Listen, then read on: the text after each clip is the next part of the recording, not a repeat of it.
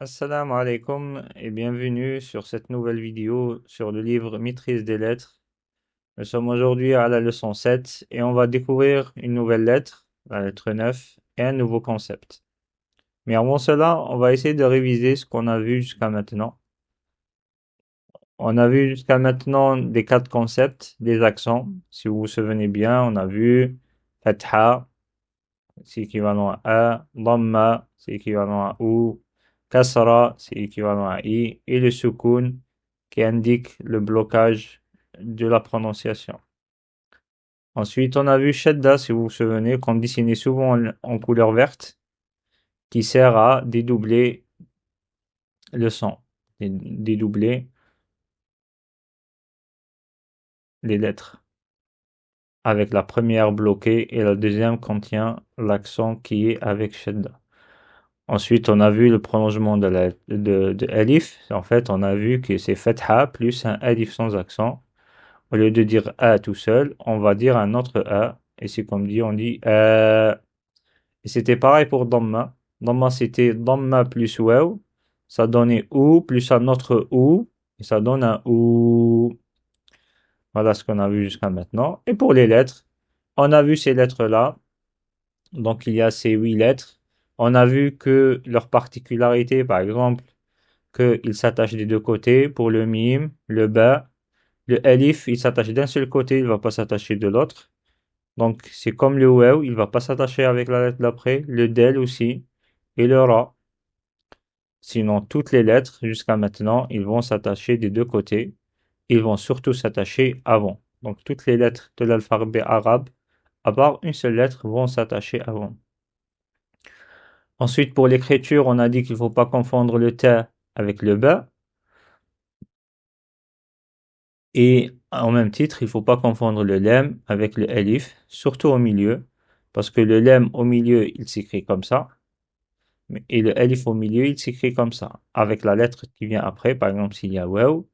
Donc la différence, c'est que le alif ne s'attache pas après. Là, le lem, il va s'attacher, mais le alif ne va pas s'attacher après. Ensuite, une petite confusion entre le ra et le del. Donc on a dit que le ra, il descend au-dessus de la ligne, le del, il va rester sur la ligne. Avec tous ces éléments-là, on va essayer de lire l'exercice de lecture qui est dans la page 30 pour la révision. On va pas prendre beaucoup de temps, on va essayer juste d'aller un petit peu vite. Donc là, c'est la lettre del avec dhamma, donc ça donne dou, suivi d'un waw, on a dit ça prolonge, ça donne dou, ensuite ra avec kasra, ri, donc douri. Le 2, c'est ba fatha ba, da fatha da, donc bada. Ensuite, le waw avec sukun, ça donne ou, donc badaou. Ta dhamma, c'est tout. Donc ça, c'est ta, c'est 2 points en haut. C'est pas un ba. Le ba, ça veut dire, si c'était un ba, il y aurait un point en bas. Et là, ça donne badaoutou. Ici, on a vu cette écriture. C'est une écriture spécifique où le lem avec un alif. Donc le alif qui vient après le lem, ils vont s'écrire de cette façon-là. Donc ça c'est le lem et ça c'est le alif. Donc waw fatha wa, lam fatha c'est la, mais suivi d'un alif, donc ça prolonge. Au lieu de dire la, je dis la, et du coup le mot ça donne wala. Ici le 4, waw avec dhamma c'est ou, lam avec kasra c'est li. Vous allez me dire mais le lam ne s'attache pas avant. Il doit s'attacher avant. Pourquoi il ne s'est pas attaché? Donc là, parce que le waw, c'est le waw qui incite, qui ne donne pas sa main pour s'attacher avec le lem. C'est pour ça le lem, il va pas s'attacher. Et du coup, ça va donner wuli. Le del avec sukun, c'est de, avec un rebond, comme on a dit.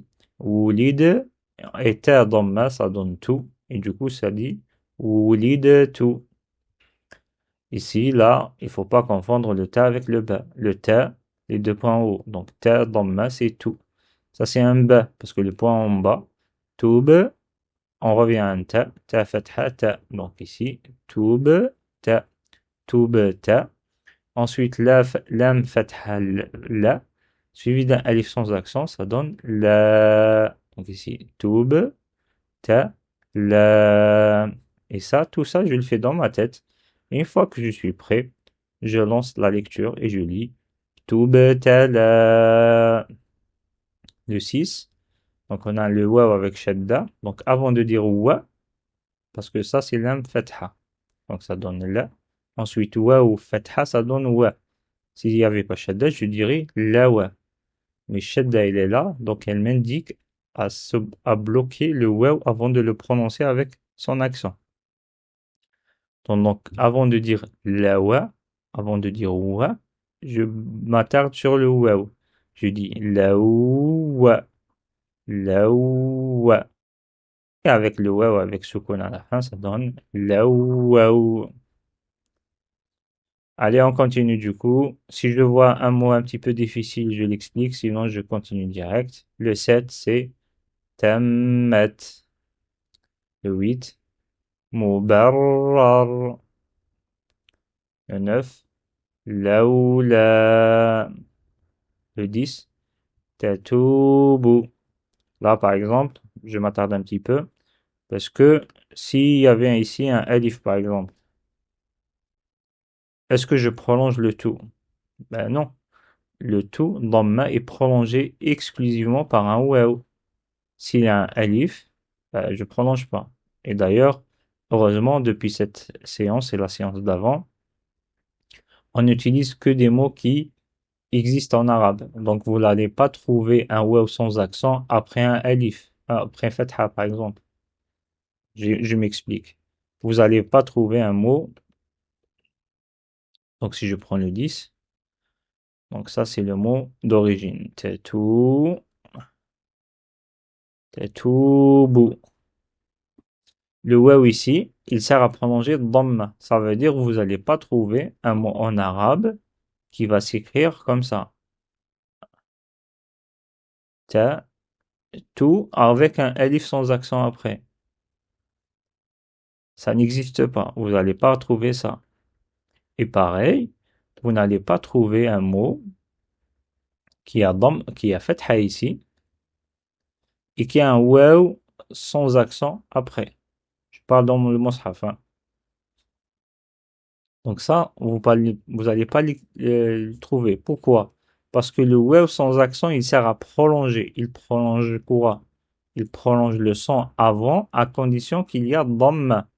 Ici, il y a fatha, donc je ne peux pas trouver ça. Donc attention, le fatha est prolongé par l'alif.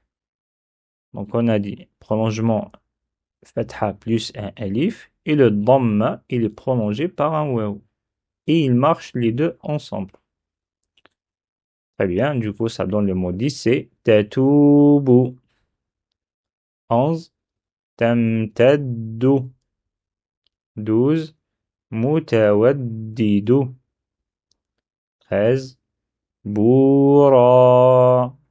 Donc là, je prolonge le bout parce qu'il est parce qu'il est suivi d'un waw sans accent. Et le ra ici, je le prolonge parce qu'il est suivi d'un alif sans accent. Boura. 14, tawarat. 15, tudawimu. Là, attention, on ne peut pas confondre le del avec le ba parce que il n'y a pas un point en bas. Et il n'est pas attaché. Donc il faut faire ces deux choses pour confondre avec le ba. Pareil, je ne peux pas le confondre avec le ta parce qu'il n'a pas les deux points et il n'est pas attaché.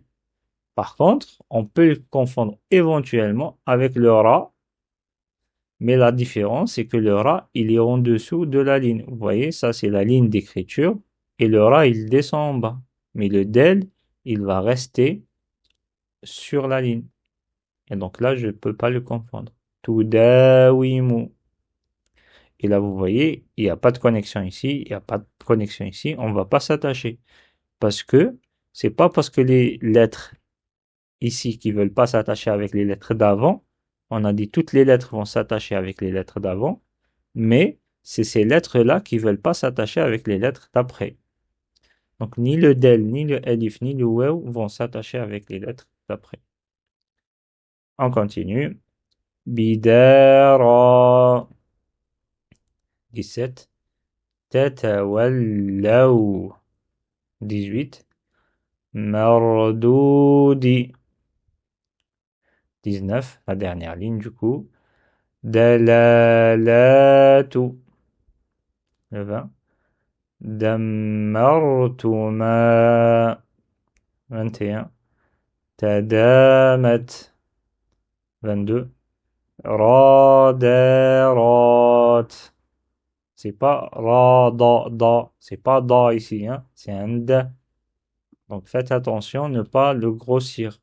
Ra, c'est gros, mais le da, il n'est pas gros. Da, ra, da, rat. Et c'est pas tch ici, ou c'est pas ta. C'est un ta, ta avec sukoun. Donc je reprends. Ra, da, rat. 23. Mardoudou. Et les derniers mots. Tatabaddalu.